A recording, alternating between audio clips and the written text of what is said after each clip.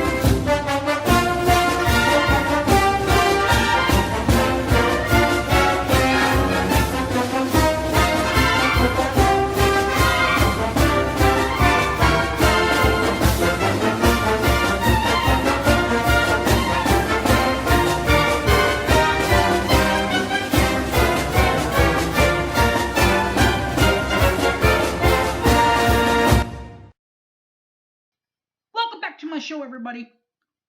My name's Harry James. This week's preview is for the West Virginia Mountaineers. West Virginia Mountaineers are from Morgantown, West Virginia, and finished 2020 with a 6-4 overall record, 4-4 in the Big 12, finishing them in 6th place in the conference. They did, with 6 wins, earn a bowl game. They played in the Liberty Bowl. How fitting is this that they played Army Black Knights in the Military Bowl. And by the way, they won that for their 6th game of the season, won it 21-14 over the Black Knights of Army. The West Virginia Mountaineers play their home games at Millen Puskar Stadium there in Morgantown, West Virginia.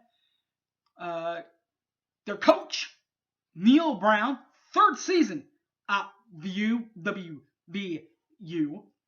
also is in his 2nd term as a head coach. His previous term was from 2015 to 2018 when he led Troy. Now from 2019 to present, he's leading West Virginia. Passing leaders from last season, 2020. What about number 2, Jarrett Dagey for quarterback for Tech, or for West Virginia. Sorry, I'm thinking of his brother that played at Tech. Jarrett plays West Virginia, passing for 2,587 yards last year, 4 TDs, 4 touches, 4 picks. His season-long passing, 70 yards. Leading rushers for West Virginia. What about this? Letty Brown. He's number 4. Letty Brown, $1.99 on carries to go with 1,010 yards, 9 touches. His longest run, 87 yards. Tony Mathis Jr. played last year quite a bit. Just 18 carries for him last season to go with 55 yards and a touchdown. His longest run was from 8 yards. Moving down the offensive rankings, you find Wilson Wright, number 16, wide receiver, and wide receiver number 0, Bryce Ford Waiton. We'll start with Winston Wright Jr., number 16, Winston Wright Jr., by the way. Last season, 87 tackles, 553 yards, 2 TDs. His longest reception was that 70-yard bomb from Jarrett Dagey. Another wide receiver coming back returner, 0, Bryce Ford Wheaton, 27 catches, 416 in the air, 416 yards in the air, that is, 3 touchdowns. His longest reception was from 50 yards out as a wide receiver. Defensively, number 4, Alonzo Ade, and 7, Josh Chancellor Smedo. Ade is a corner, and Smedo is a linebacker. We'll start with Ade. Alonzo Ade, 66 total tackles, a forced fumble, didn't recover any fumbles, but had 2 picks.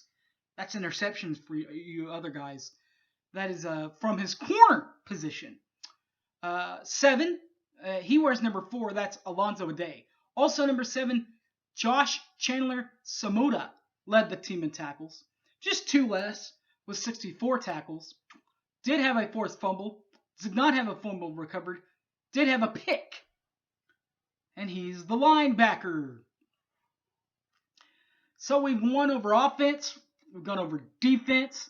There's one more side of the ball that we have to cover before the softball game starts in a few minutes. And we all know what that is.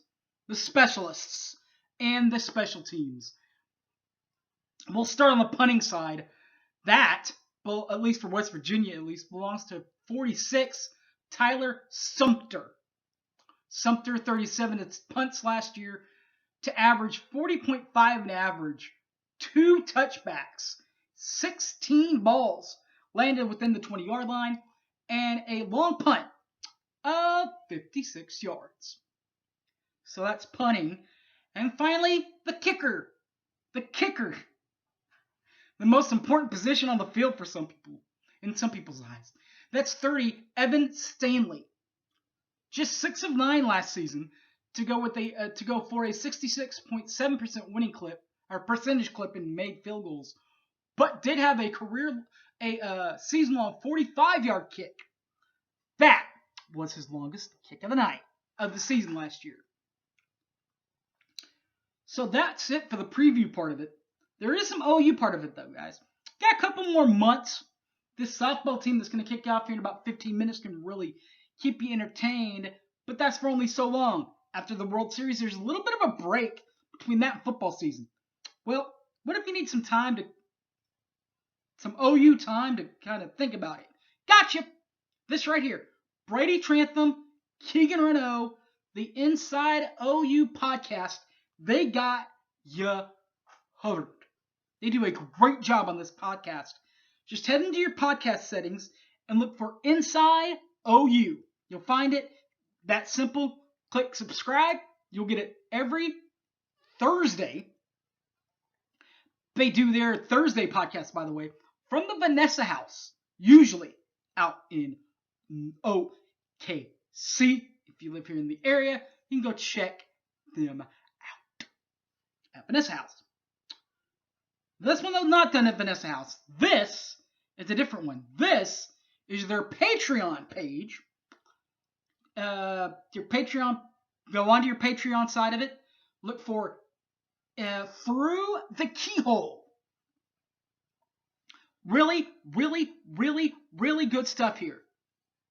Keegan Renault, for $5. Keegan Renault does like a film breakdown. I think the last one that he did, I believe, was on Mikey Henderson. He's got a couple more on there. Mike Woods, the wide receiver from Arkansas, didn't get a chance to see what he did at Arkansas. That's okay. Keegan's got you right here through the keyhole. $5 a month. And you can catch that and all of his other smart football schemes. Pretty sure that there's more of that coming up. But he doesn't do it alone. Brady does help him. He does. In fact, they do an extra podcast a week. You get $4 for that. So you'll get that. Plus his morning post, that Monday morning post. That'll come out tomorrow. Usually it's about tomorrow, late morning, early afternoon, 11, 12 o'clock. He'll poke that onto the Patreon page.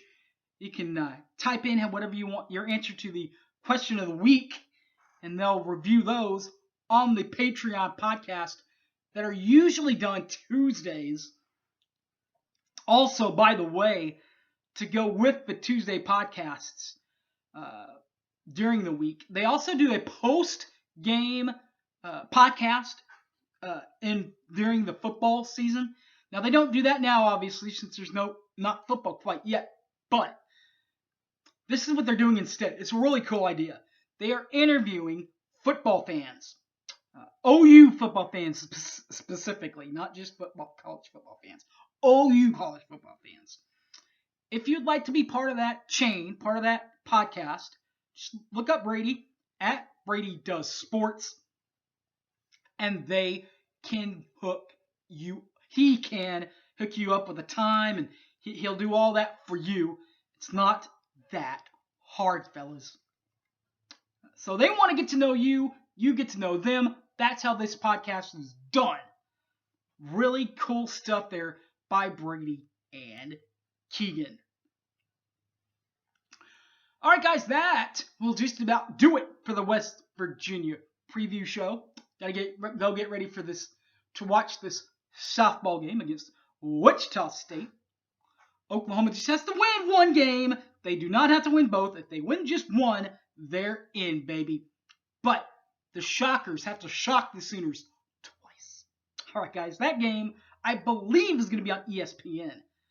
So be looking forward to that. You can also find it on your laptop or phone or your ESPN app. All right, guys, thanks for watching. My name's Harry James. You can catch this on all my other previews